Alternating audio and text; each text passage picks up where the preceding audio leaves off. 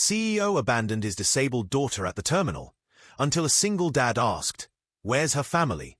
It happened inside Dallas-Fort Worth Airport. Crowds hurried toward flights, voices echoing.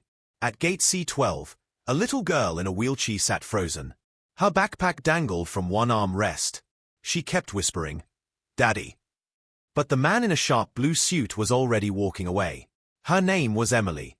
8 years old, legs too weak to run. She bit her lip hard, trying not to cry. The man leaving her, her father, was a CEO everyone admired. To the world, he looked powerful. To her, he looked gone. At the next row of seats, Luke noticed a single dad, traveling with his son, Tyler. He knew that look, the look of a child begging not to be forgotten. His stomach twisted. He couldn't stay silent. Luke rushed forward, calling out, "Sir, your daughter's back there. She's terrified." The CEO didn't even slow. "She's not my responsibility anymore," he muttered, eyes locked on his boarding pass. Luke froze. Not his responsibility? Emily's sobs echoed through the terminal. Travelers turned, watching, but nobody stepped in. Emily's small hands gripped the armrest until her knuckles turned white. Luke's heart pounded. He remembered every night he'd stayed awake for Tyler, promising never to leave. The sight burned him. He couldn't let this girl vanish into silence. Luke blocked the CEO's path.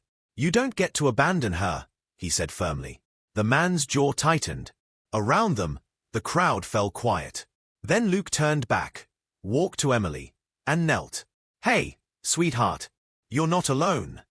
He lifted her gently, and Emily clung to him like she'd known him forever. Gasps rippled across the gate area. For once, the power wasn't with the man in the suit. It was with the father who stayed. Later, as staff took Emily into care, Luke held Tyler's hand.